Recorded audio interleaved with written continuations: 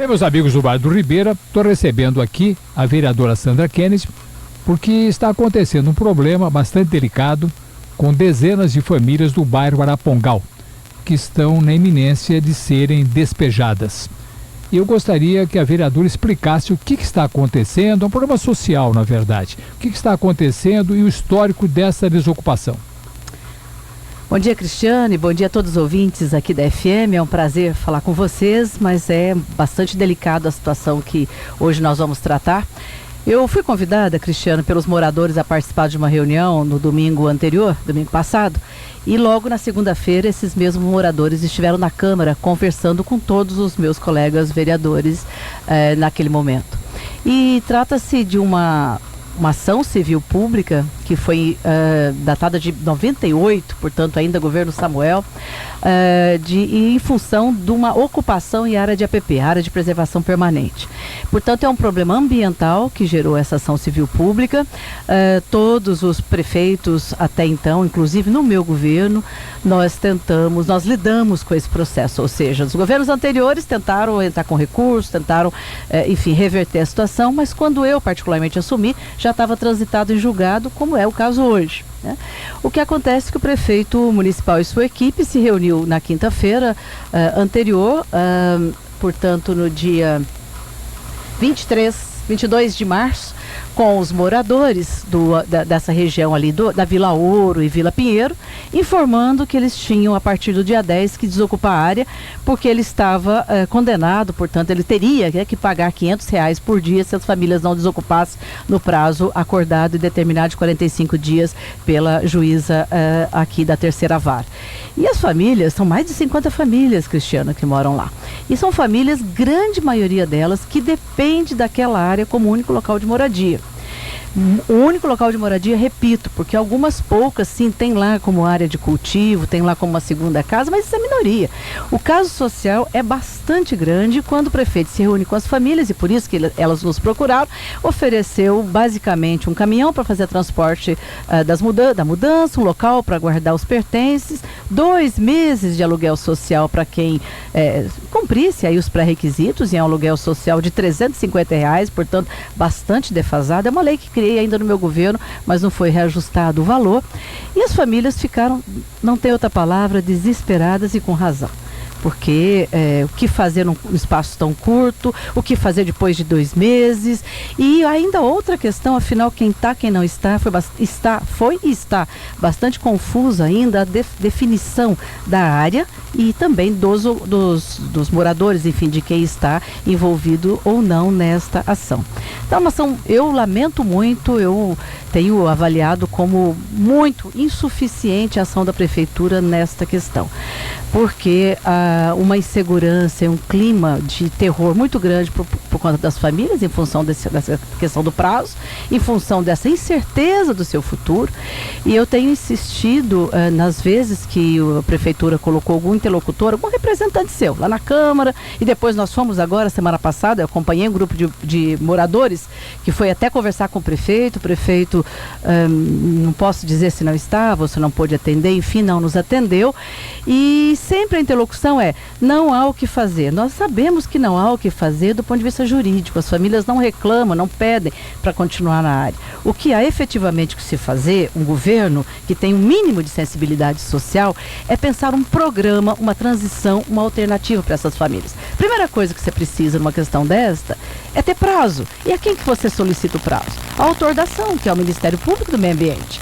Ora, sinceramente, nós pensávamos, eu como vereadores, moradores, que isso já tinha sido feito, fomos surpreendidos, não tinham procurado o Ministério Público, nós procuramos o Ministério Público na sexta-feira passada, conseguimos de pronto do promotor um prazo de até 120 dias, Claro que o promotor vai solicitar a juíza, sabemos disso, mas pela natureza da ação, ou seja, é uma ação movida pelo Ministério Público, tem um impacto social muito grande, nós temos certeza, estamos muito crentes que a juíza, se já não determinou na data de hoje, que não teve tempo, eu não tive tempo de tomar conhecimento, tenho certeza que o fará nas próximas horas, concedendo esses 4 meses. Portanto, um prazo suficiente para que a Prefeitura construa uma alternativa, e é isso que a população quer, uma alternativa de habitação para estas famílias. Bom, Importante destacar, doutor Cristiano, desculpa, mas que eu acho que é um fato fundamental. Quando eu assumo, o prefeito que me antecedeu, o prefeito Clóvis, tinha feito uma proposta para o Ministério Público de construir 10 casas por ano. Achei muito insuficiente, nós tínhamos ainda, já naquela época, mais de 40 famílias. Propus uma outra alternativa para o Ministério Público, doutora Tatiana, à época, que aceitou, que era me dar um prazo para que as famílias fossem contempladas nos programas, no programa de habitação popular que estava em construção, o Agrochá 1 e quando eu finalizei também o D2. E assim o fizemos, mais de 20 famílias, 28 a 30 famílias, nós estamos buscando apurar esse número, mas enfim, foram transferidas. O Ministério Público aceitou esse prazo e foram tranquilamente transferidas para o programa do Agrochá 1. O que nos espanta é que, embora a Prefeitura tenha sido novamente citada em 2014, portanto na primeira gestão do atual prefeito, portanto no segundo ano da sua gestão, ele não o fez, seja pelo programa Minha Casa Minha Vida, que já estava projetado, e eu deixei em construção Agrochá 2 e 3, como o Jardim Virgínia, ou seja, tinha 3 conjuntos habitacionais que poderia ter sido planejado de transferir essas famílias, e isso não foi feito. Portanto, citei agora como se fosse uma surpresa, como se fosse uma coisa nova, uma falta de planejamento total e que está causando um problema muito grande. Bem, pelo que eu estou vendo, vereadora, eu estou aqui em mãos com a decisão da Ação Civil Pública do Meio Ambiente, aonde a meritíssima juíza fala o seguinte: ela concedeu um prazo de 45 dias requerido, eles pediram 45 dias. Isso foi no começo do mês de março. E aqui ela fala na sua decisão também que, se a sentença não for cumprida, ela fixa uma multa diária de R$500 a ser paga pelo atual chefe do Poder Executivo, o atual prefeito, com recursos próprios, dinheiro dele, caso a omissão persista por mais de 30 dias. Bom, o prazo está se escoando, como a gente vê. Então, vamos deixar claro, a senhora foi até o Ministério Público e pediu mais 120 dias. Exato. Pedi ao promotor prazo, ele de pronto ofereceu, proposto até 120 dias. Conceder até 120 dias, apuramos junto ao representante do prefeito da Secretaria de Assuntos Jurídicos na data de ontem, quando estava eu acompanhando os moradores na Defensoria Pública, que é quem os defende nesse caso, de que tinha sido protocolado o pedido ontem. Nós fomos até a Prefeitura na sexta, comunicar ao prefeito e pedir ao senhor prefeito que fizesse essa solicitação ao Ministério Público. Por quê que tem que partir do prefeito? Ele é o réu. Certo? Não poderia partir dos moradores ou de mim a solicitação, mas fizemos essa intermediação buscando ajudar a população e a situação. O prefeito, portanto, fez na data de ontem, segunda-feira, e estamos aguardando aí o parecer, mas todos nós, Defensoria Pública, o próprio Ministério Público, enfim, bastante confiantes que esse prazo seja dado. Agora, esse prazo precisa ser aproveitado. Porque não adianta dar o prazo e daqui 110 dias estamos de novo com o problema. Exatamente, né? Eu lamento muito, porque era uma grande oportunidade. São mais de 200 casas de Jardim Virgínia, as 400 do Agrochá 2, as outras 400 do Agrochá 3. Poderia tranquilamente ter sido planejado, incorporar essas famílias, fazer o cadastro com calma, quem atende, quem não atende os critérios. Essa situação, só quem passa por ela ou quem está muito do lado para entender. E os moradores estão fazendo, eu quero até aqui aproveitar e elogiar a organização. Eles estão buscando o apoio da Câmara como um todo. Estiveram mais de 50 pessoas na sessão anterior da semana passada, pediram o apoio de todos os vereadores. O presidente da Câmara concedeu um diálogo ali, fizemos ali uma audiência pública improvisada após a sessão com o representante do prefeito, que infelizmente foi o secretário de Assuntos Jurídicos. Aqui nenhum julgamento sobre a pessoa desse secretário, mas não é uma natureza, é um problema que não é de natureza jurídica, é um problema de natureza de governo, de gestão social. Social, a verdade é essa. Porque a ação já terminou, já não tem mais jeito, né? Exato. A ação civil pública não adianta já dizer, acabou. como foi dito lá, o prefeito não é obrigado a conceder casas. Não é agora, como não era na minha gestão. No entanto, nós, como prefeitos, não podemos conviver com 50 famílias despejadas e oferecer 2 meses, né, de aluguel. Pode deixar a turma morando embaixo da ponte. Essa aqui é a grande realidade. Inadmissível, né? Bom, acho que foi aventado por alguns vereadores lá comprar um terreno e esse terreno fazer um loteamento. momento, o CDHU, embora anunciado publicamente, a imprensa anunciou no primeiro ano do governo, agora que está se fazendo prospecção para começar as casas, a expectativa dos moradores certamente é de que tenham aluguel até que chegue o CDHU, porque não adianta nós lamentarmos que não foi no que passou. Passou, agora as casas estão sorteadas dessas conjuntos habitacionais que já estão finalizando,